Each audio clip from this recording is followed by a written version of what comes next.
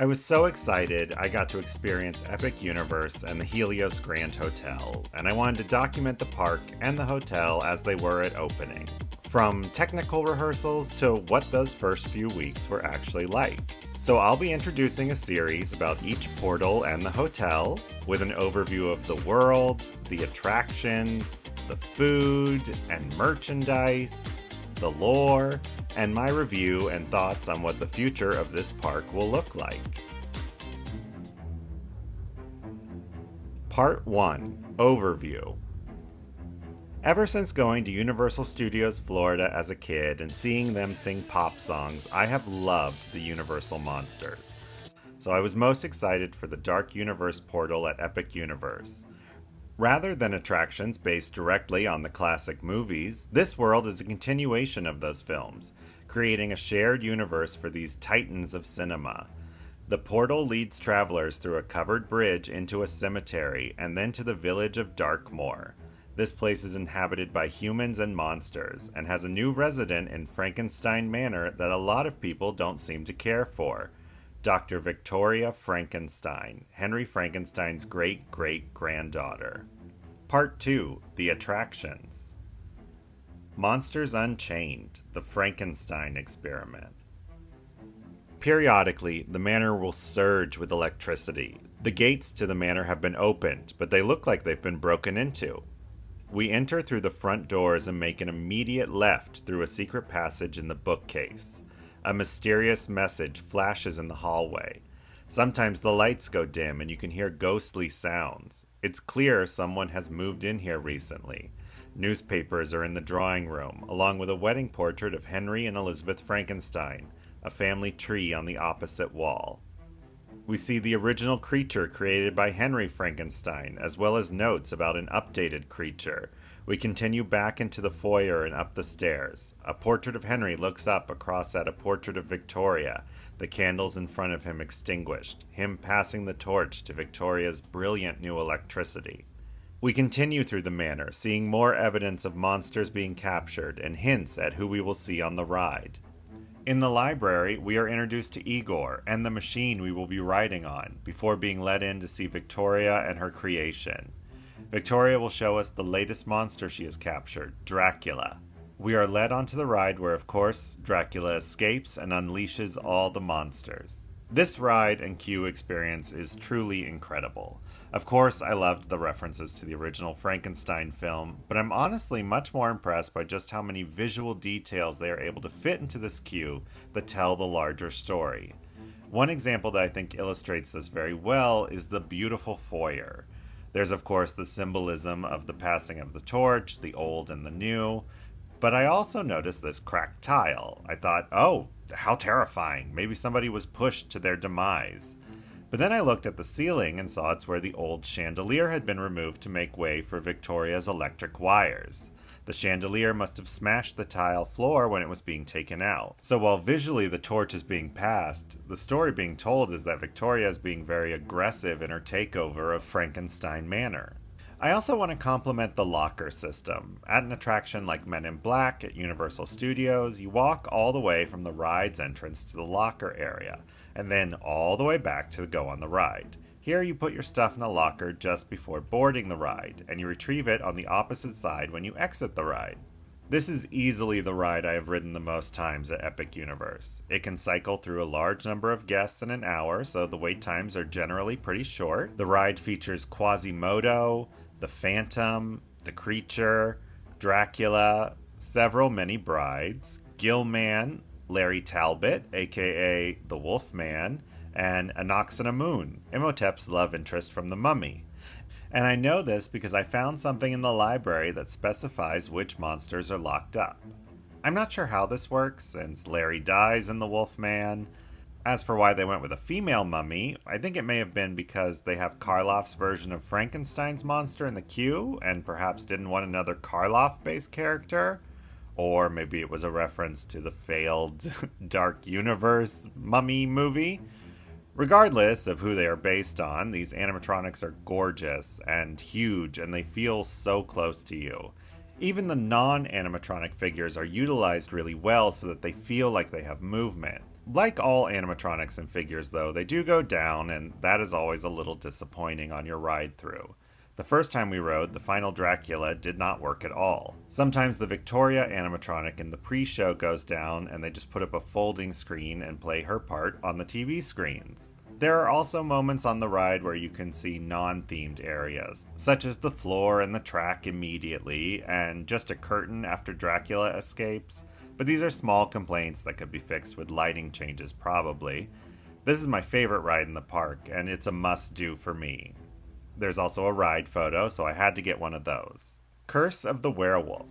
Heading away from the manor, we come across a caravan and a sign for Maleva, a wolf seer for the Guild of Mystics. We see banners that let us know that anyone can become a werewolf. And Maleva has seen our fate in the cards. The moon is full, and we take off to be chased by werewolves. So, full disclosure, I get motion sickness on a lot of rides, so because of this, I'm not really a coaster person, but I do enjoy this one a lot. It's a simple spinning coaster. I've been very lucky that I have not had some of the crazy spins I've seen other riders do. Once that happens, I'll probably have a very different opinion of the ride. Riders go through a barn with 2 static werewolves in it. My favorite part is at the end, though, when they just put a spotlight on a mannequin of Maleva. I'm not sure why they didn't put an animatronic here. It feels like something that'll be changed, and Mannequin Maleva will become a piece of theme park lore. Part 3. Food and Merchandise. There are 4 merchandise locations. There's a cart outside Curse of the Werewolf that sells merch for the roller coaster, and the Manor Storehouse at the exit of Monsters Unchained, which sells figures and monster merch. A lot of the same stuff is available in Pretorius' Scientific Oddities. This store is connected to the Darkmoor Monster Makeup Experience. Travelers get their faces painted and wear the costumes of the Universal Monsters. Sounds like a hot, uncomfortable nightmare to me, but hopefully it's successful. The costumes are definitely very cute, and it's a unique experience in the park. There are 3 places to order food in Darkmoor. There's DeLacy's Cottage, based on the blind peasant character who feeds the creature in Bride of Frankenstein, which also has pretzels and cinnamon bites, as well as a couple freestyle Coca-Cola machines.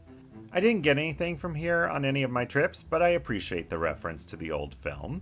When you hear the bell in the tower, head for the windmill. You'll hear villagers approach and music rise, and then the windmill is set ablaze. That's the Burning Blade Tavern, which serves drinks indoors and has mobile order available out on the patio. The tavern is frequented by monster hunters, and their trophies line the walls of the room. We did eat here. It was actually the first place in Epic we ate, and I really enjoyed it. We had the Hunter's Garlic Steak, the Charred Loaded Potato, Burning Blade Burger, and the Staked Grilled Chicken, and they were all very good as far as theme park food goes.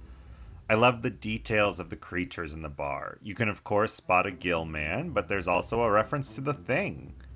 Additionally, if you let them know you just got off Curse of the Werewolf, they can serve your drink in a cloche of smoke to purify you or something. The final restaurant is Das Steakhouse. This is a quick service restaurant, where rather than go up to a register and order, you sit down at a table, order from the mobile app, and your food is brought to you. I really love this updated system. It's so much better than holding a tray of food and walking around trying to find a seat like a high school cafeteria. My husband got Das Burger and liked it, but also got Reaper's Reserve, a brown ale, which I believe is exclusive to the park, and he hated that. I got the bird on the steak, and that was fine. Not bad, but not great either. Mostly, I was looking around this restaurant and thinking, there seems to be a lot going on here. And that leads me to Part 4, The Lore. As I mentioned in my opening, Darkmoor Village is inhabited by monsters and humans. Das Steakhouse tells the story of the land through artwork and through corpses. So let's just get into it. Humans, tired of being a food source for the vampires, battle against them. The vampire army, led by one of Dracula's brides, teams up with the other creatures in Darkmoor, and they are able to defeat the humans. On the well in the village, the vampires inscribed, "Never forget, you exist by our will alone." The armor of the slain humans decorates the entrance to the restaurant. But also, so do quite a few vampire corpses, including Dracula's bride who led the battle against the humans. Well, this is because following the defeat of the humans, there were conflicts among the vampires, with Dracula being opposed by several members of the Vampire Council. He kills them all and puts them on display in his restaurant. But Dracula isn't the only one people in Darkmoor have a problem with.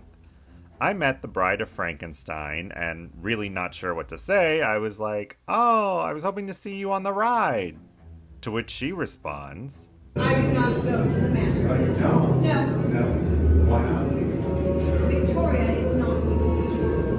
Oh. and she just keeps going. I have studied the family tree. It does not make sense. I go on the ride and see what she's talking about. In the family tree, Victoria's picture is just tacked on, not a part of the portrait. While getting footage of Dr. Jekyll's apothecary, I could hear Jekyll and Hyde discuss Victoria. That Frankenstein is no more a doctor than you are, Mr. Hyde. And when we met the Invisible Man, he also did not have nice things to say about Victoria. That was the second time we met him, though. The first time he was a bit of a flirt, and I kind of liked it. Igor and Frankenstein also do character interactions. I never saw Frank, but Igor was always extremely popular and had a big crowd as he walked around. There was also a violinist who played music and told stories. Part 5, The Future. So, I have a lot of thoughts. First, if you enjoyed this video and want to be notified when the rest of the series releases, like and subscribe. And second, I love it. As a fan of Universal Monsters, this creates a beautiful, detailed world that I can step into and feel like I'm seeing a continuation of those movies. There's plenty of references, both obvious and subtle. Even the name Victoria is likely a reference to the book, since he's Victor there instead of Henry in the film version. But really, it's the smaller details in the world I love. There's a bell tower with a crossbow, and across the way you can see where their target was. You can almost hear the Wilhelm scream as they fall. The hide scratched into Jekyll's apothecary. The Invisible Man's hotel room. These werewolf tracks by the coaster. It's all so beautifully done. What this portal most reminds me of is actually the Lost Continent over at Islands of Adventure. That was also a themed land with a deep backstory about how the Lady of the Lake turned Merlin into an enchanted oak restaurant, and that left his castle open, so rival wizards Pyrock and Blizzrock tried to take his spell book and accidentally became dragons, and now the castle is littered with the corpses of the knights who have come to slay those dragons. A lot of cool backstory that connects multiple aspects of the land together. A highly detailed queue that tells a dark story with a lot of dead bodies, and now it's all bulldozed. My worry is this won't last. The portal is dark and morbid and grotesque. It's violent and maybe even a tad gory for some. I can see, little by little, elements disappearing as the land will possibly need to cater to those outside of the Halloween Horror Nights demographic. This level of detailed backstory can probably only last so long too. There will be changes to entertainment over time, so what characters meet, what information they share will change. I'm really interested in what the expansion will look like. The longtime rumor for Phase 2 of the park has been a Jaws-style ride with Gillman from Creature from the Black Lagoon. No idea if any of this is true, but it is thought that the rocking boat from Mack Rides will be the ride vehicle. This kind of ride system was just installed in Futuroscope in France. While not very themed, I can easily see Universal improving on this, and they already have Mack Rides in the park. This could also be a total coincidence lining up with the anniversary of the movie, but the parks are selling a lot of specific Creature from the Black Lagoon merch and not equivalent merch for the other monsters. I could totally be reading way too much into this, but perhaps they're gauging how much interest there is in this character. I do have my reasons to suspect that Universal is maybe testing the waters in terms of potential expansions or experiences in the parks, but I will talk more about that in a later video. As a big fan of both the movie Creature from the Black Lagoon and the old Jaws ride, I absolutely hope this ride becomes a reality. The Burning Blade Tavern certainly seems to have team members hint at it. They'll tell you that all the creatures you see were caught in the Black Lagoon behind the manor, which is exactly where the expansion pad for Phase 2 is located. So that feels like the plan for now, and that has me extremely excited for the future of this portal.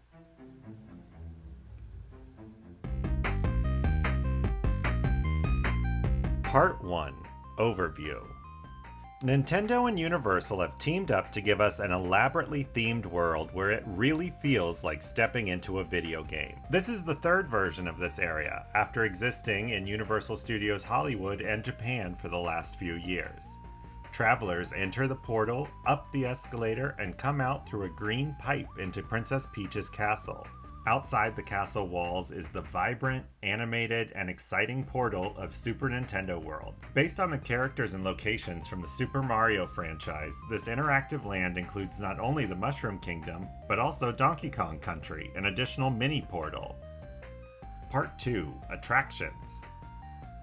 Mario Kart: Bowser's Challenge.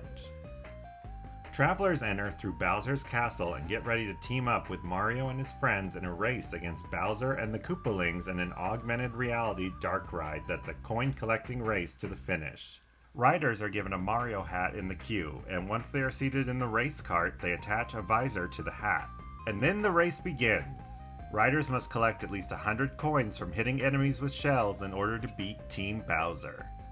I think the idea to base an attraction off Mario Kart is very smart. The Mario Kart games are pretty simple racing games, so you don't have to have any prior knowledge about the franchise, or even have picked up a Nintendo controller to enjoy a ride about racing. The games have existed since the early 90s, and the most recent version came out this year on Nintendo's latest platform, so it has proven longevity and is still relevant, always a plus.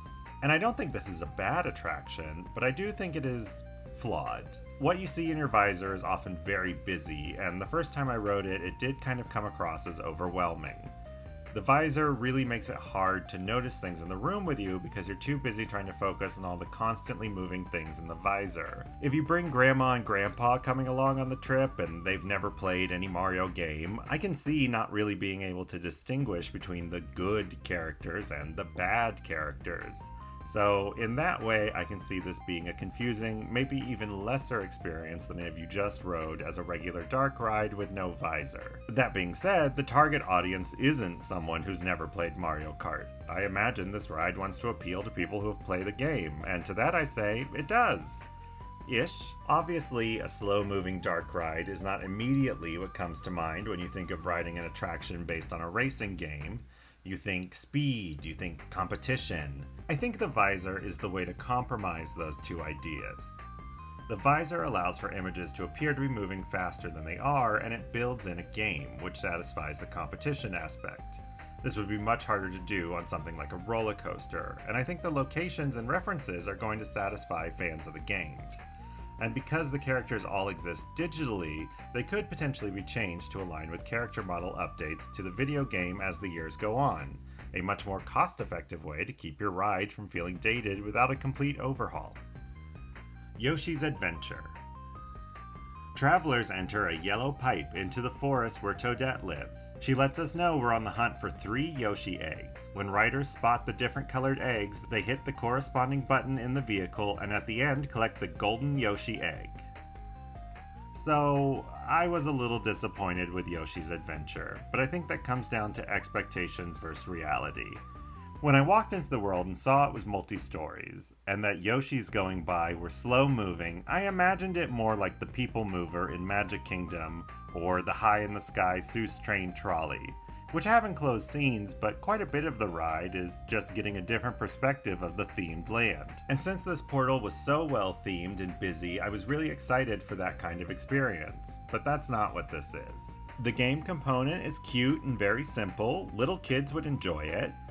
I assume. We did go with our niece, but she was too small to ride, which I completely understand, obviously safety first, but the fact that this is the only thing close to a dark ride that a really little kid would enjoy, I was surprised. Because it is so slow moving, I also assumed it would be safe for pregnant people, and thus my sister-in-law, an expectant mother, would be able to ride. And that was also a no, at least according to the website. It's not included in safe rides for expectant mothers. Which again, safety first, totally understand that there is a reason. But this is a ride that would most appeal to very young children, so I do kind of feel like the ride design should have been built to accommodate small children and people who are just starting families, since that's who will enjoy this ride the most. But it's cute. Minecart Madness. Follow Donkey Kong's footprints through a temple in search for the golden banana. I'll get the negative out of the way. This ride is kinda rough. Like I said in the last video, I'm not a roller coaster person, so I don't have a lot to compare it to, but this was the roughest in the park for sure. If I had to guess, it's because of the ride's design, but it is a really cool design. The track is sideways, but the car remains upright, and so it looks like the cart is leaping through the air and landing back on the track. Unlike the other two rides in this land, there is no game component, which makes sense because a roller coaster doesn't really lend itself to that kind of mechanic. There are a number of animatronics and figures in the ride, all references to the Donkey Kong Country games. I just love seeing animatronics, and these all worked when I rode, so I was happy. There's also a ride photo. Part 3, Food and Merchandise. There are 4 food locations in Super Nintendo World. In the Donkey Kong Country Mini Land, there's the Bubbly Barrel that serves DK Crush Float, a banana pineapple soft serve with banana flavored soda. My husband thought this was delicious. Outside Mario Kart, there's Turbo Treats, which only serves popcorn and soda. There's Yoshi's Snack Island, which serves red shell calzones, a meat option, and green shell calzones, a vegetarian option. They also had these delicious apple melon smoothies that my friend Addison got a couple of. They were so good. The main dining establishment is Toadstool Cafe. This is a quick service restaurant where, like with Das Steakhouse, you sit at a table and order from the mobile order, rather than wait in a line at a register to order. What I did not share though is that your order is not customizable. Well, like if you have an allergy, they will have a chef come out and talk to you, but if you have a palate of a little kid, you won't be able to ask for changes. Which is surprising to me because nearly all the menu items contain mushrooms, something picky eaters aren't usually a fan of. We ate here twice, once with my in-laws for dinner and once with a friend for dessert. I got the super mushroom soup and toadstool cheesy garlic knots. The soup was fine, and I liked the little crackers, but the garlic knots were pretty dry. Mike got the super mushroom pizza bowl, and he does not recommend that. The rest of the family got the Mario Burgers and Mario Mini Burger Adventure set from the kids' meal, and they enjoyed those, so the burger is probably your safest way to go for a meal. But if you're looking for a fun dessert, I definitely recommend the Princess Peach's cake. This is definitely something you share, but it was a very good cake with this yummy fruit filling. I definitely recommend this one, as it's a fun treat for your group. There are 3 places to shop within Super Nintendo World. Outside Minecart Madness, there's Funky's Fly and Buy, which sells Donkey Kong merch. At the exit of Mario Kart, there's Mario Motors, which sells a lot of character merch and stuff related to the ride. There's also the 1-Up Factory, which has a lot of the same merch, just more of it. There's plenty of shirts and plush to choose from. They also have these lovely bands available for purchase. For $45 a person, you can pick a team to join and get your band and collect points throughout the day. Even though these bands do not hold your ticket data like the Disney Magic Band, you set up a profile in the Universal app, the same app you use to order your meals, and once that's done, you can start playing. All those wonderful animatronics become interactive, and you can go throughout the portal, punching blocks to collect coins, tapping touch points to reveal hidden images, and beating mini-games. So, I guess it's time to talk about those. Part 4. The Lore. When entering Princess Peach's castle, portraits on the wall let us know that Bowser Jr. has stolen the golden mushroom. Travelers will have the option to help find the golden mushroom. In order to find the golden mushroom, you will have to collect 3 keys, and there are 5 games to collect keys, so people have options, which definitely helps with wait times. I like this because since you're already paying for an additional experience, you don't want to have to wait in a long line. Once you've collected your 3 keys, you can go to Bowser Jr.'s Shadow Showdown. This is a game where you stand in front of a screen and your shadow battles Bowser Jr. and other enemies in order to win the golden mushroom. Overall, I think this is a pretty good addition to this area of the park. I'm assuming that profits from the sales of the bands will be put towards the cost of maintaining the animatronics throughout the portal, because so many of the activities where you use the band feature them. That being said, the band was not required to play the games or punch the blocks. We saw lots of kids having an absolute blast with these activities without their parents buying the band. The only thing you could not do without the band was Bowser Jr.'s Shadow Showdown, which requires you to tap your band and verify you had the 3 keys in order to play. If you don't have the band, you can't collect the coins or the keys. They're just fun games at that point. That being said, the Golden Mushroom is located outside the attraction and kind of hidden away, so I imagine a team member would be able to be like, I think you can help Princess Peach find the Golden Mushroom by looking over there, or something, if a kid was really upset about not being able to go inside because they didn't have a band. Well, I hear you say, if you can still play everything and still get a picture with the Golden Mushroom without paying the $45, why do it? Well, the bands can also be used at home on Nintendo products as an amiibo. Amiibos are these little figures you buy and they interact with multiple games. Each power-up band can be used as an amiibo for its corresponding character. So, for instance, I have the Princess Peach band, so it would be like tapping a Princess Peach figure. But for while you're in the park, the appeal would be that some tap points do reveal things or affect the environment around you. There's also a competition aspect. By joining a team, every activity you do adds points, so it's like you get to help your favorite character win. You also collect stickers for activities that are stored in the mobile app. And this aspect, I imagine, will appeal to locals or theme park completionists. You get a sticker for coming at certain times of the year, for example, and once that time has passed, you can't get that sticker anymore. Having said that, the band system is not flawless. For example, Addison did this block punch and got all stars, which is a sticker.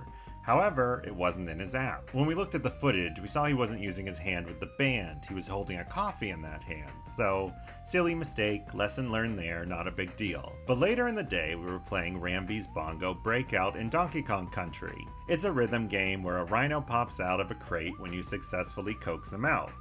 Mike and Addison weren't able to do it, and then I tried and won, so I was super excited, and yet my app doesn't register that I even played the game, let alone that I brought Rambi out of his crate with my jungle beats. I don't know how that could have happened since you used both hands for the activity, so it should have registered, but it is what it is. For what it's worth, I'm sure if I had noticed this in the park and went up to a team member working these things, I could have had them maybe add the stickers or something, but I was waiting to review them all after my final visit so I could just screen record them all at once, so that's on me. In addition to games and tap points throughout the portal, there are also these adorable little Pikmin throughout the land. They are plant-like creatures from the game Pikmin for the GameCube. In the game, you use them to collect stuff or avoid obstacles, and it's just a cute little detail to notice. There are multiple characters that meet throughout the land. There's Mario and Luigi, and Princess Peach. I didn't meet with either of them, but could see that they were able to talk. There's this person with an iPad next to the character activating the motions and the voice. Very little kids will probably not notice, but I was kind of surprised this role was not more hidden to kind of keep the magic for everyone. They also had Toad, allegedly. I have not seen him. And Donkey Kong, who I also did not ever see in his meet and greet space, but he was in the portal entrance video. Part 5, The Future. First, if you liked this video and want to see the rest of my series, like and subscribe, leave a comment, etc. And second, this land smartly does not rely on the Super Mario Bros. Movie from Illumination. While that movie was super successful, it really hasn't had time to prove it has any staying power. And hearing the voices of Jack Black and Chris Pratt might quickly date the experience.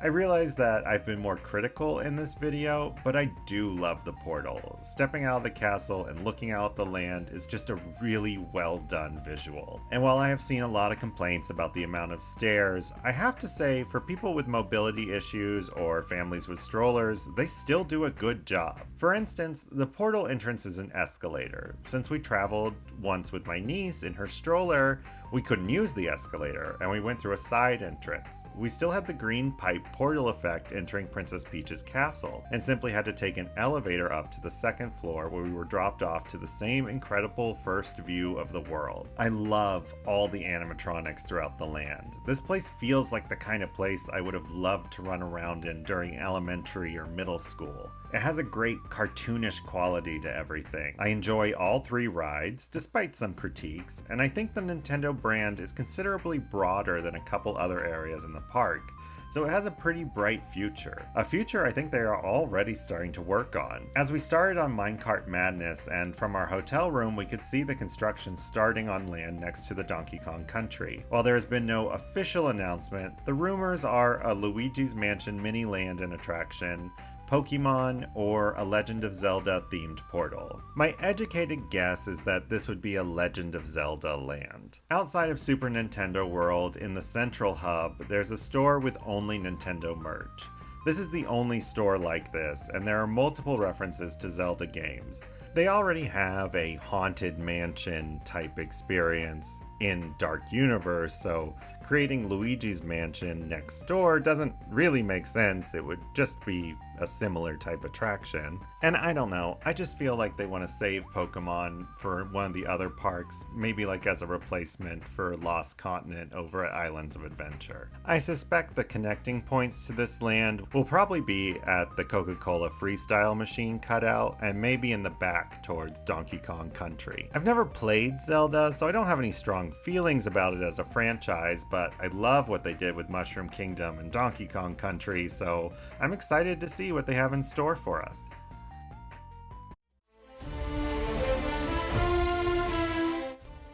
Part 1. Overview. Unlike the other portals in Epic Universe, I hadn't seen any of the How to Train Your Dragon movies. I didn't even know it had 2 TV series and 2 sequels until I was doing research for this video. So I have to admit I was surprised by how charmed I was by this world full of Vikings and dragons. Lots and lots of dragons. This is the Isle of Berk. The dragons here used to be a real problem, but after Hiccup and Toothless met, life on Berk has been very different. The 2 groups live in harmony, and we travelers get to experience their unique way of life. Part 2. The Attractions. Fire Drill. Rough Nut and Tough Nut will teach you how to put out fires in this very simple water ride with a water cannon element.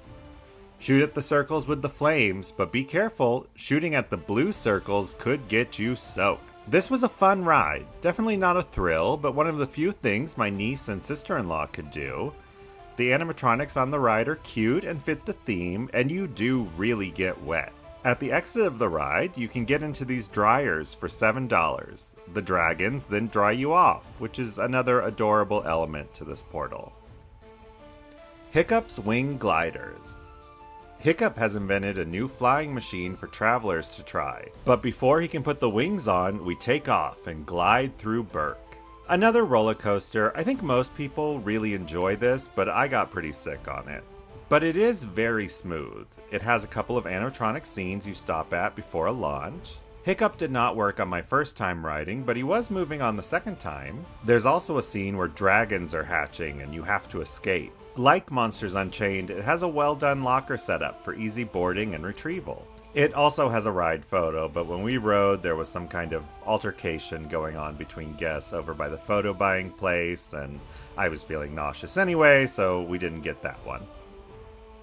Dragon Racers Rally. This is what I think actually got me sick. This circular, spinning monstrosity. Even though it's a simple flat ride, I don't think it goes through enough people quickly enough, so the line is usually pretty long. You go around a few times trying to get your vehicle to flip upside down, unless you're me and you try to keep upright and still get sick. Viking Training Camp. This was great. Our niece loved this. An $8 billion park, and her favorite part were these stairs. I think stuff like this is so important for families though, as it's a good place for everyone to get what they need. Parents can rest for a bit, cool down in the shade, and kids can burn off energy. As a kid, I remember Universal being a pretty scary place. Jaws terrified me when I was little, as did the Monster Makeup Show, the Alfred Hitchcock Show. Even just seeing the set for Psycho 4 scared me. It felt like everything was loud and violent and had explosions. But the Fievel Goes West play area was a sanctuary from all that. I'm glad they've kept that up with this park. There are multiple play areas. There's the shipwreck slides our niece loved, the friendship bells, the thunder drums of thunder, a toothless teeter, giant egg nest, and of course, a How to Train Your Viking course.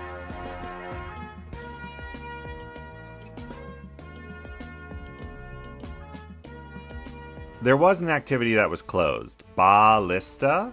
I'm guessing the cannons were broken when we were there. The Untrainable Dragon. So, confession time. There is a reason I had not ever seen How to Train Your Dragon before going to this park. I actually specifically waited to watch the movie until after experiencing this attraction because I have beef with a certain show Universal puts on every year. A little show called Grinchmas. Oh no! It's time for my Grinchmas tangent! Fasten your seatbelt. Grinchmas is a show featured during the holiday season in Islands of Adventure. It's an amalgamation of the book, the televised cartoon special, and the live-action film. The narrator from the cartoon special becomes a character that interacts with the Grinch, and several of the Whos from the live-action film become characters in this play. As a starting point, I don't hate this, but the live-action film adds Who characters not only to pad out the plot, but also to give the Whos a collective arc. The Whos are individuals who react to the Grinch in different ways. Most importantly, Cindy Lou Who serves as a character foil to the Grinch and has her own storyline where, like the Grinch, she doesn't understand the Who's version of Christmas. She sings a song about it. Where are you, Christmas? At the end, the Whos realize that they've been doing Christmas all wrong, and their realization is what makes the Grinch realize he was wrong.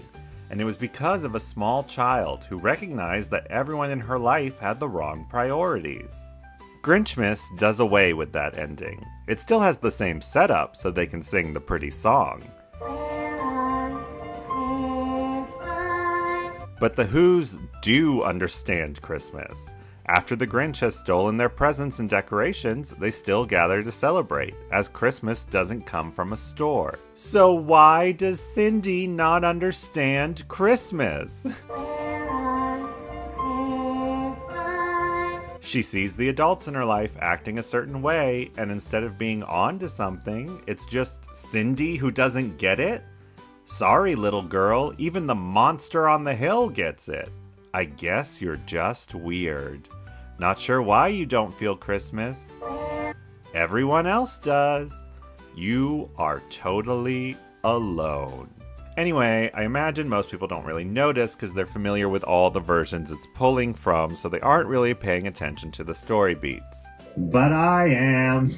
And I wanted to go into this totally blind to see if they were able to satisfy all story arcs. And I have to say, they do. This appears to be its own story and not a condensed version of the first movie, at least. Our protagonist, Hiccup, lets us know in the opening narration that Berk has bad weather and dragons, but Vikings have domesticated the dragons and they sing a song about Vikings and dragons being together while building a new hatchery for the dragon eggs. But uh-oh, here's an untrained dragon! Hiccup flies over the audience on Toothless. He tries to train the dragon, but it doesn't work. Then someone gets in a dig about how Hiccup's dead father would have done things differently. Your father would have understood. Hiccup feels bad. But his friend reminds him, remember that time you trained that other dragon? And he's like, yeah, I do. You're right. I can train this dragon. And then, weirdly, we get a flashback to a violent dragon fight, but he already remembered he had trained this dragon, so the flashback feels like it's covering for something else that's happening backstage, but it's bad. Bad idea. Anyway, this dragon isn't untrainable. She's just a mom. She was protecting her egg. Because I guess the Vikings just stole it for their hatchery. It's cute. Overall, no real complaints except for the flashback part. The puppets are great. Toothless is adorable and his movements are incredible. Kids will like it. It feels like an episode of a kids' TV show, and that's exactly the kind of audience that'll love it. The parents will probably love it too, because they'll be like, "Aw, I understand, Dragon. I'd do anything for my kids too." And everyone leaves the theater feeling good. Part 3. Food and Merchandise. There are 3 food locations in the Isle of Berk. Spitfire Grill, which serves rice bowls and has a seating area overlooking Fire Drill. Hooligan's Grog and Gruel serves macaroni and cheese bowls, which looked delicious, but always had a really long line, and we just never ended up waiting for them. We did eat at Mead Hall. We got Hiccup's grilled salmon and Berserker's meatballs. Can't say we loved either one. The food had kind of an eating at IKEA vibe. But the Mead Hall was cool and the setting matched the film. There are 4 major merchandise locations. There's Toothless Treasures at the exit of the Untrainable Dragon, Connected Stores, Viking Traders and How to Treat Your Dragon, and Hiccup's Workshop, located at the exit of Hiccup's Wing Gliders. They all sell shirts and plush and various Viking accessories. The unique offering here are these mystery boxes with different dragons inside.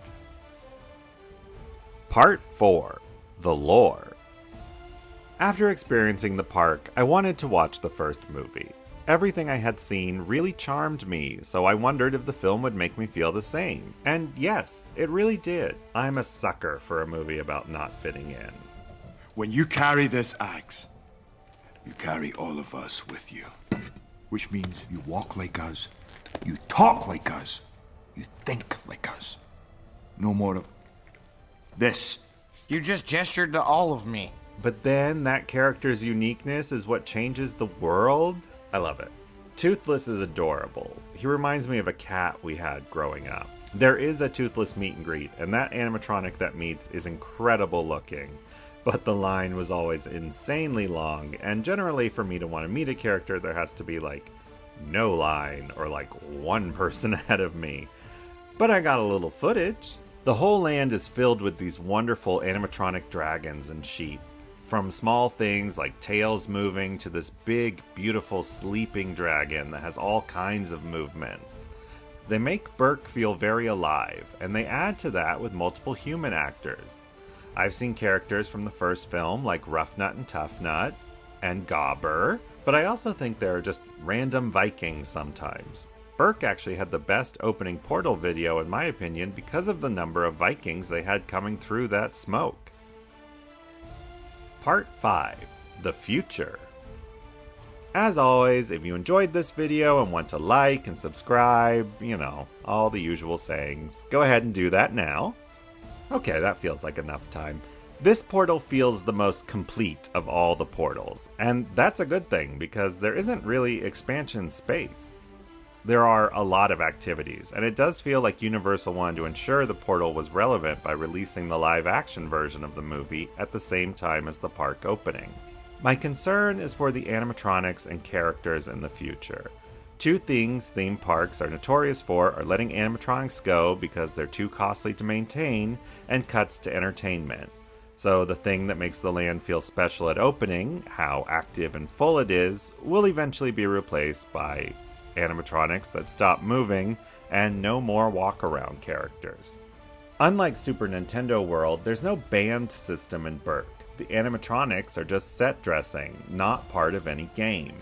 So there will be a lot less incentive to put money into maintaining them when they can just serve as a static prop the company just has to wipe down occasionally. This land has the bleakest future to me, but I'm also notoriously bad at predicting things. In 1990, would anyone have predicted that E.T. would be the last opening day attraction standing at Universal Studios? The story between Hiccup and Toothless is similar to the story between Elliot and E.T., so maybe Berk's future is much brighter than I'm making it. I certainly hope so, because it's a beautiful area of the park.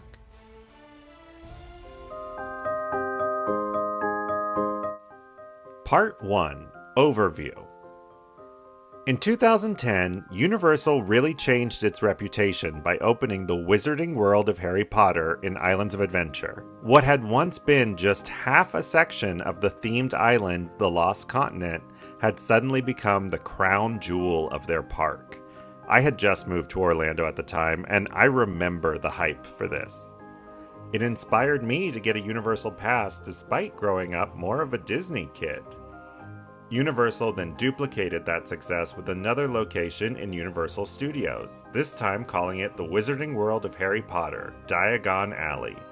They created the Hogwarts Express that now took guests from London to the Wizarding World of Harry Potter, Hogsmeade, the original Wizarding World location.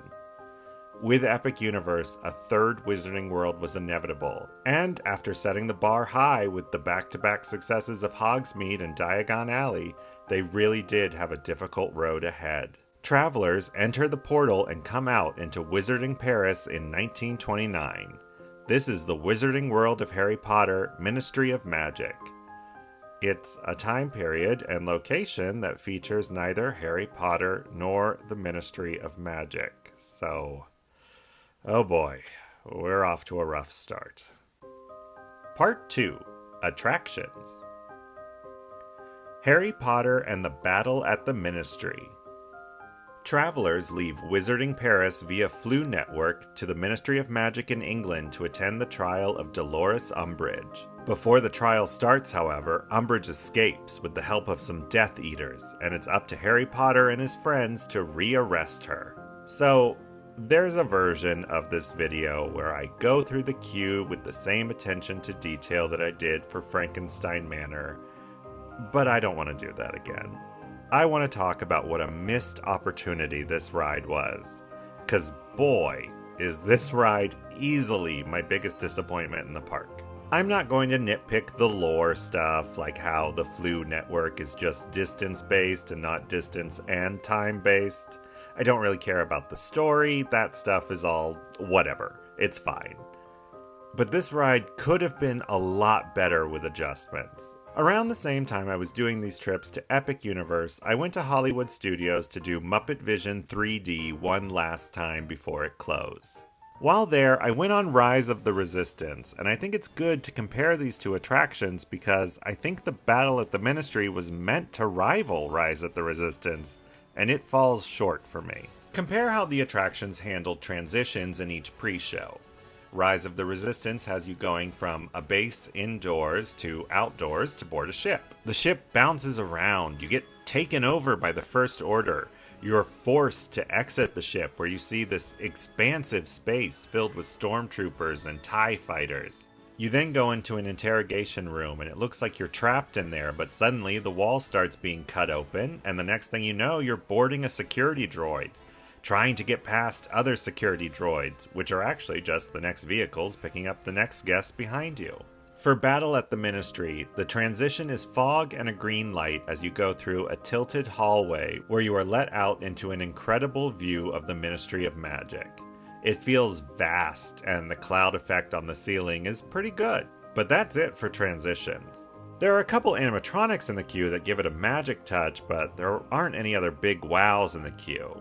And that's frustrating to me because I think the loading area could be done so much better to really give it that magic touch. But firstly, I can't really pinpoint exactly what it is. Maybe it's the climbing up over the loading zone and then back down into it that has a claustrophobic vibe. Like the crushing weight of all these people behind you. Whereas Rise of the Resistance breaks you up into smaller groups for a more intimate boarding experience. You also, in some cases literally, can't tell what the next thing that's going to happen to you will be. It really adds to the excitement and the adrenaline. Here, you can see the vehicles coming in. Even though it's an elevator, it's moving sideways. Imagine for a moment though that you hadn't seen the vehicle. There are walls up and elevator doors. You enter what looks like a drop ride, like the Tower of Terror. The elevator doors close after you're seated, and then instead of going up or down, your vehicle moves to the side. Imagine how exciting even that little twist would be. But no, we have to see not only everyone wait in weird places to board, but also the vehicles come in, be loaded, leave, repeat. just like a dark ride from Disneyland in the 1950s. Magical. The ride itself is largely screens. It'll be a physical elevator prop with a screen in it in front of a screen. Or, like at one point, it's like a concrete railing in front of a screen, and then the railing moves up, making it look like the car is going down. Some actors come back, like Imelda Staunton, but Rupert Grint, Daniel Radcliffe, and Emma Watson no longer perform these roles, so it's like these body and voice doubles with gummy faces. The one good scene is the one they advertise, the archive scene. And we get called a slur in that scene. There is a ride photo, but there's 14 people in a vehicle, and it's not taken at an exciting time, it's just at the end, so I didn't really see the point. Why would I want a photo of me and a bunch of strangers looking slack-jawed and bored? Les Cirques Arquenus. Going from something that I was really disappointed in to something that had me very pleasantly surprised. In the pre-show, Ringmaster Skender has stolen Newt Scamander's suitcase containing fantastic beasts to revive his struggling circus. We are introduced to Gwendolyn Jenkins, a non-magical person born to magical parents, also known as the Squib. Gwen accidentally lets a creature called a demiguise out of the suitcase before it escapes and the audience is led into the theater for the show. I'm sorry that the circus is struggling because the acts were good. We got 3 numbers that display the circus acts before the story starts again. This time with Gwen following the demiguise into the suitcase. The stage raises as Gwen and the fantastic creature descend into the world of Newt's suitcase. She's initially frightened by a giant Zowoo. God. But quickly realizes how tame the creature is. She then meets several fantastic beasts, but here comes the plot again. Skender is getting ready to oblivify Gwen when suddenly he's disarmed. But how can this be? Gwen is a mere squib! Well, here comes Eddie Redmayne as Newt Scamander here to stop Ringmaster Skender. He banishes Skender, and then invites Gwen to come along on future adventures with him and help him take care of these magical creatures. The curtain closes with an image of the two of them walking off into the sunset together. This was a really well done experience. It had a couple magical experiences in the pre-show, such as the suitcase floating from the screen into reality, and the demiguise's release from the suitcase has that Mary Poppins effect where you're like, how did that fit in there? Even the part of the failing circus act is well done. It's nice to see these performers. There are more elements here that add to the magical feeling. My favorite is the bubble artist because I love the music and the vibe of this performance. My only real note would be for J.K. Rowling, since she named the 2 characters Skender and Scamander, and these 2 names are a bit too similar for people who are unfamiliar with the source material. So when characters are talking about either one of them, it would be easy to be like, wait, are they talking about the hero or the villain? But on that note, the writers of this show do a really good job of making sure the audience doesn't need to have seen the source material. Like, they mention several times throughout, in several different ways, that Gwen doesn't have magic. A Harry Potter fan would just need to be told once Gwen is a squib in the beginning, and then they'd understand what that meant. If you have Grandma and Grandpa in the audience, however, and they've never read Harry Potter, they're going to need the writing of the show to reinforce over and over she doesn't have magic because they don't know what squib means. So, applause for you Universal show writers. I don't forgive you for Grinchmas yet, but this is a good show. Part 3. Food and Merchandise. I didn't eat any food or buy any merchandise in the Wizarding World of Harry Potter Ministry of Magic, so this section is probably going to be pretty quick. There is, of course, a butterbeer cart in Wizarding World, and there are 2 restaurants. Like how Dark Universe's restaurants were split up between monsters and monster hunters, the 2 restaurants here are split between good witches and bad witches. Café L'Air de Serine is the beautiful restaurant with a selection of French meals. And then there's Le Goblet Noir, a darker establishment. The menu offerings were pretty unique for a theme park here in Orlando. There's also a bar, Bar Moonshine, but I have a screenshot of the Universal app calling it Bar American back in March, so maybe the name's changed prior to opening? Or maybe it was just a typo? But I have captured your mistake forever, Universal. There are 4 merchandise locations. At the exit of Ministry of Magic, there's Tor and Flu for merch related to the ride. For Travelers Wizarding World garments, you can shop at Les Galeries Mirifiques. There's Queremels, which serves sweets and treats my in-laws got for our nieces who couldn't come on the trip. And lastly, there's Cosme Acajor's Baguettes Magiques, where travelers can pick out a wand and meet Cosme, which leads me to Part 4.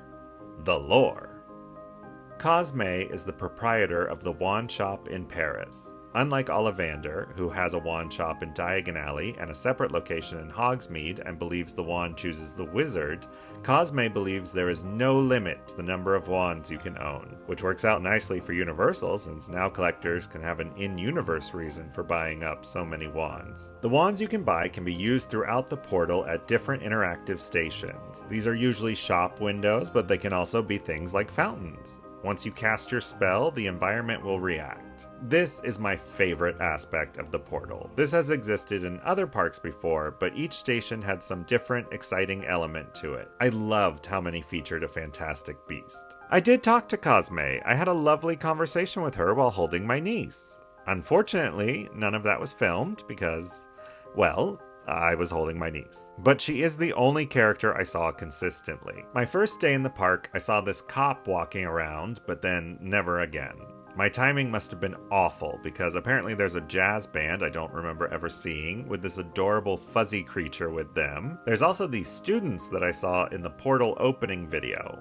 They travel in a trio, and they are a French student, a Hogwarts exchange student, and an exchange student from the American Wizarding School.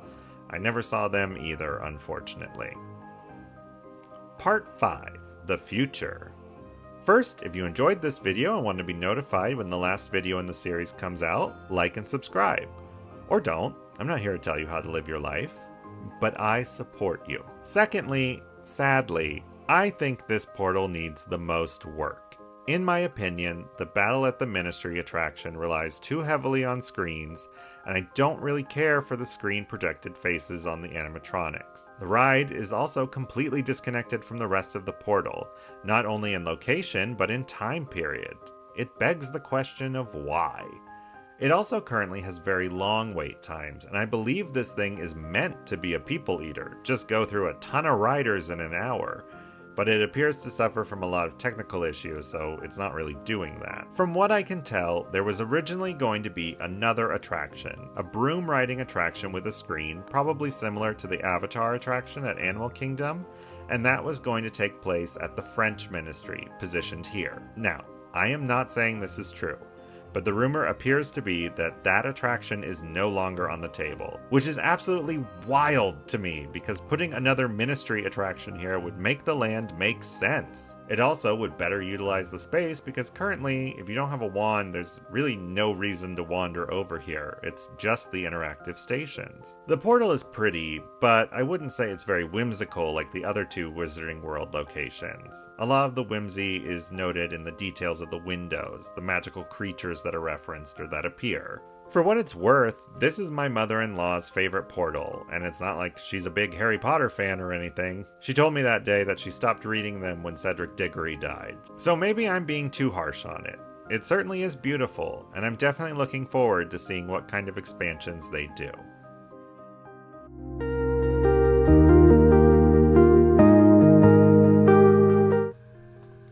Part 1. Overview. We've covered all the portals in Epic Universe, but Universal advertised 5 immersive worlds. What about Celestial Park, the central hub? Celestial Park is described as a world between worlds, a space where guests can travel to get between the portals and serves as the cosmic heart of Epic Universe. Travelers pass through the Chronos, which is what powers and opens all the other portals. Within this world, travelers will get to experience life as Celestians do, with rides, food, and stores for travelers to enjoy. This space covers the entire length of the park, and at the back of the park is the Helios Grand Hotel. Let's take a journey through this world between worlds and the hotel. Part 2. The Attractions. Stardust Racers. Travelers board a comet and race against fellow travelers in this dual launch coaster. Before the portals, Celestians used to board these comets to travel between worlds, but once they discovered portal travel, these comets became more of a thrill ride than a mode of transportation. A certain doctor, familiar to travelers, actually helped the Celestians, and you'll be able to see his handiwork on the back of the ride vehicles. What an experience. This roller coaster really made me understand what it is people really love about coasters. The exhilaration as you swoop down, the thrill as you race and twist alongside the other car. There are two sides, the green and the yellow. We did this at night on the green side, and it was an incredible ride. I'm not sure how different the yellow side is, and I'm not sure I'll ever find out since this might be too much coaster for me. But I'm very glad I did it, and I got the photo to prove it. I do have a couple fun facts about changes that were made during technical rehearsal period. The sign above the entrance originally had a typo. I have some footage here of it after it was taken down, and some footage of it fixed and replaced. Additionally, during technical rehearsals, there was a smoking section located directly beneath the roller coaster. Smoking sections have since been removed from inside the parks. Constellation Carousel. Hop on board a Constellation and enjoy this beautiful carousel with 7 unique songs and spin options currently. This carousel is absolutely gorgeous. I loved the different physical versions of the constellations, and the way the creatures move to the music is so elegantly done. The show building itself is stunning as well. Along the outside there are these beautiful stained glass reflections of the phases of the moon. We were able to do this one a lot because the wait times were generally pretty short. It was our niece's first carousel ever, and I'm afraid it set the bar very, very high. Astronomica. Astronomica is just a fountain area for kids to play in. Our niece didn't play here, but I'm sure this is great for kids on a hot day in the park. They'll just need to hit the dryers in the Isle of Berk after. Part 3. Food and Merchandise. Celestial Park has the most food and beverage offerings. There are 2 Starbucks locations, one at the entrance and one towards the back of the park. There are also food stands for popcorn and hot dogs and even a bow station. For quick service restaurants, they have Meteor Astropub, which serves burgers, sandwiches, various pub food. We never ate here or at the Oak and Star Tavern, which serves barbecue. But we did eat at Pizza Moon, and I loved it. Pizza Moon is inspired by the early French film A Trip to the Moon, and I love this combination of film and fantasy and food. I loved all the menu items being represented by characters. This was the best deal in the park. We split a pizza and a pasta, and it was a little over $30 total, split between 3 people. That made it the cheapest meal we ate. There are 2 table service restaurants. There's the Blue Dragon Pan-Asian restaurant and Atlantic. We ate at Atlantic on our first day in the park, and I got the filet mignon, and Mike got Captain Fernando's half-pound lobster roll. Our friend Alex got bucatini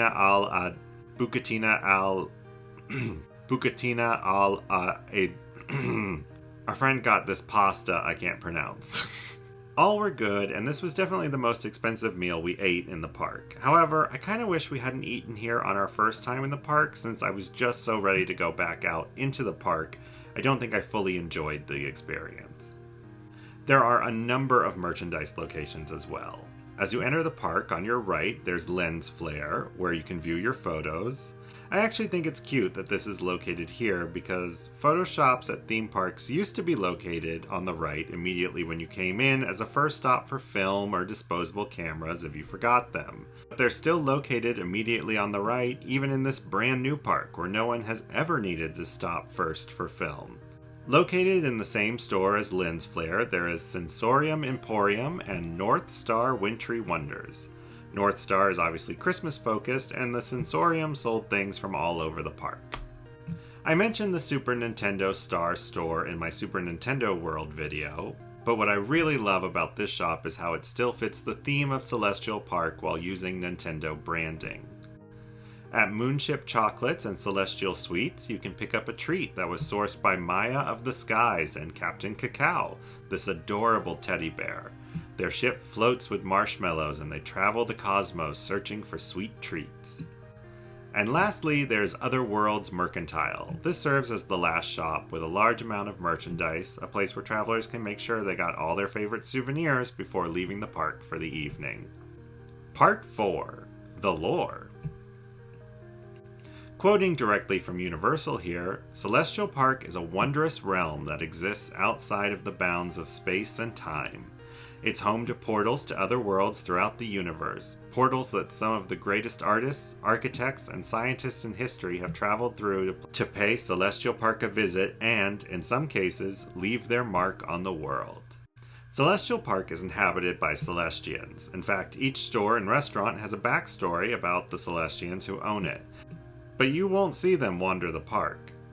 At the time of opening each park, there were various characters that would do interactions. At Universal Studios Florida, it was old Hollywood actors and actresses. Some of them still meet today. You can still meet Marilyn or Betty Boop, but I think Universal should break out the W.C. Fields costume again. I hear Gen Alpha is crazy about him. At Islands of Adventure, it used to be various citizens of Port of Entry. Yeah, I'm gonna tell you fortune. I'm very, very good. Yeah, let me see the hand. Yeah, very good. Oh, this is very exciting. You're gonna get a little wet. And during initial testing of Epic Universe, there were actual Celestians who were walking around greeting travelers, and Universal cut them very quickly. And that's a big disappointment for me. Not only because I knew people in those roles who had been so excited to start this cool role in a brand new theme park, only to be told a couple weeks before, never mind, but also I think this space is a lot of hot concrete you have to walk across to get to various areas of the park, and it would be nice to break that up with a fuller impression of life here in Celestial Park. They did bring them back exclusively for the blue carpet event. You can see them in the background greeting guests. I think I personally would have told them to shove it if they had fired me a few weeks before the park opened, and then desperately were like, wait, we need people to entertain our guests! But that's just me. Instead of these walk-around characters, they do have a few other offerings.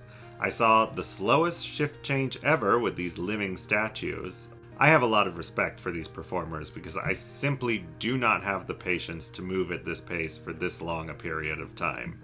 I heard a live singer with a band. She sang things vaguely related to the park, like Moon Dance by Van Morrison, so I connected that to Celestial Park, and Dream a Little Dream of Me in French, and dedicated it to Paris. There was also a violinist I saw, and she was playing Just the Two of Us, so I don't know what that was related to.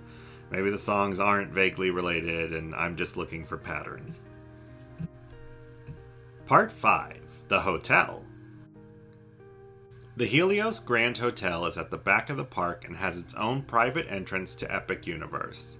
It's beautiful, but also insanely expensive, and we really debated whether or not to actually stay here. What convinced me is I compared the price of 2 nights at Helios to the same stay at Grand Californian at the Disneyland Resort in California, which has its own entrance to California Adventure. And that resort was more expensive, so I thought, well, for a newer hotel and a newer park, I could justify it. Disclaimer: please do not follow any financial advice from this person. I am genuinely afraid when I see him try to add or subtract anything, and I am not sure he has ever passed a math class. Guests staying at a Universal resort get early admittance into the park, including on the day you check in, so our crew was there bright and early to check in. We valet parked because even though it's free for me to park at the parks because I'm a pass holder, all resort guests have to pay to park. So I figured you might as well do the upgrade. Again, I cannot stress enough how truly terrifying it is to see him do anything involving numbers. It is in your best interest to not listen to this man. We entered the lobby of the hotel. It was surprisingly small. It's very modern, but I wasn't wowed by it if I'm being honest. As you entered, on the left was concierge and on the right was check-in. Also located off the lobby was a restaurant, Flora Taverna, and Aurora Marketplace, which had pastries, coffee, soda, various snacks, and breakfast items. Leaving out the back of the marketplace, you enter a hallway which has a private entrance to the park and the very long line for security. There's also the elevators off this hallway and the Universal Studios store, which had no Helios merchandise, so that was a disappointment. Beyond that, there's a gym, which had beautiful brand new equipment. There's also this very small business center, and a decent-sized arcade. As a very little kid, my dad always took me to the arcade while my mom tried to get my sister to sleep in hotels, so I like seeing them. It brings back fond memories. Outside the hotel, just behind Dark Universe, is the pool area. This was very modern and sleek, and they had cabanas you could book during your stay. There was also the Lotus Lagoon, a bar with some food on offer to enjoy by the pool. On the top floor of the hotel, there's Bar Helios. Unfortunately, it rained when we went here, so we couldn't go outside to look at the park. The bar is pretty, and the drinks were strong. What more could you ask for? So as I said, we checked in early in the morning, and our room wasn't ready yet. In the afternoon, to get out of the heat of the park, we waited in the lobby. There's not that much to look at, or that much seating room, so there were a few other families doing the same thing, and it was kind of close quarters. Addison got a delicious cinnamon roll, though, from the Aurora Market. Around 3:30, there was no one at the desk, so I went up to ask if our room was ready, and it was! She immediately texted me the information and activated our keys we had received in the morning and check-in. The room is a pretty standard hotel room. I was surprised by the floral carpeting and design since I don't associate that with the celestial vibe of the hotel. The room has a small foyer entrance, a closet with hangers and a safe, but no luxurious bathrobes like I was hoping for. There's a large screen TV and a mini fridge and a coffee maker. Rooms have this guide and the Helios branded notepad that mysteriously went missing from our room. How odd. There was also a tablet in the room that could give you information about the resort. You can control the temperature and the lighting in the room. You can also view the room service menu. And you can connect your device and sync your Netflix, Hulu, etc. The park view rooms are nice. I have to say I had a pleasant stay here, but it isn't an experience I feel I can justify doing multiple times, just because the cost is so high. It was great being able to walk right into your hotel at the end of the night and not have to wait for a bus or anything. My favorite moment staying here was on our last night. Mike and I decided to order room service instead of going out to a restaurant. Room service arrived just as the fountain show was starting, and Mike and I enjoyed this really beautiful, unique moment to watch the show together away from everyone else. We knew we weren't going to go back to the park for the rest of the summer, so it was just this really nice moment of reflection together. Part 6. The Future. People are already starting to speculate about what future Portal expansions will be. They range from very likely to wildly unlikely, so I'd like to make my pitches, one of which I consider to be very likely, and the other is possible, but only in a universe in which I convince enough people. One of my guesses for future portals would be Wicked. I think it'll depend on how the second part does at the box office, but at Universal Studios they have changed one of the stores at the front of the park to be all Wicked themed. Outside there is a Wicked food cart selling Wicked themed treats and drinks, and inside there are replica costumes and set pieces. You can meet Galinda and Elphaba, and also buy quite a bit of merch. Here's where my conspiracy theory brain kicks in. They are selling location-based merch. Shiz, the fictional magical school from Wicked, and Oz, the magical land that is in the public domain. I suspect Universal might be using this data, seeing which merch sells more, to decide which location to use for a portal. But, I hear you saying, they already have a magical school location that's very popular. Why would they need a second one? So, again, being a conspiracy theorist, Universal is about to have a problem with Harry Potter. HBO and Warner Brothers are coming out with a new TV series that is going to make Universal's Harry Potter stuff seem dated. And it might work out for Universal if they can justify creating their own magical school land instead of renting out somebody else's property. Oz itself is of course in the public domain already, so that would be fairly easy and could be beneficial when the MGM film falls into the public domain to already have a land developed. But that's all conspiracy theory nonsense. I have no insight into what their behind the scenes stuff is. Even so, it's more likely than what I hope the future expansion will be. While I'd love a Wicked-themed portal, did you know that Universal announced they are remaking Murder, She Wrote with my queen, Jamie Lee Curtis? What are the chances we could see you as the iconic Jessica Fletcher in a Murder, She Wrote project? Oh, it's happening. And did you know that one of the opening day attractions at Universal Studios Florida was a Murder, She Wrote attraction? I say it's time for Universal to bring back this franchise in a big way. I want a Cabot Cove portal, Jessica Fletcher's hometown from Murder, She Wrote. It was filmed on the Universal Studios backlot in California, so it'd be easy to recreate over here. Kids could get a mystery writer makeover at Loretta's, where they could get a wig and a sweater and a magnifying glass. There could be a murder mystery dinner theater show. We could get a band system like in Super Nintendo World, like how you pick your favorite character to support over there. Maybe you pick your favorite sheriff in Cabot Cove. Are you team Amos Tupper or team Mort Metzger? Amos was great, don't get me wrong, but I would let Mort Metzger me. I'm talking just thick till me. I'm gonna step over there. I hear you. What about rides? Well, Jessica didn't have a driver's license, so what about a bike-based dark ride attraction like E.T.? And the set for Cabot Cove was also the set for Amity and Jaws, so let's bring back the Jaws ride and put it in Cabot Cove, why not? This video series was a lot of fun. It was great to revisit old theme park videos as part of my research for these videos, and all the memories those videos brought back. Thank you so much for watching, and I hope you enjoyed this look at what Epic Universe was like in its first few weeks.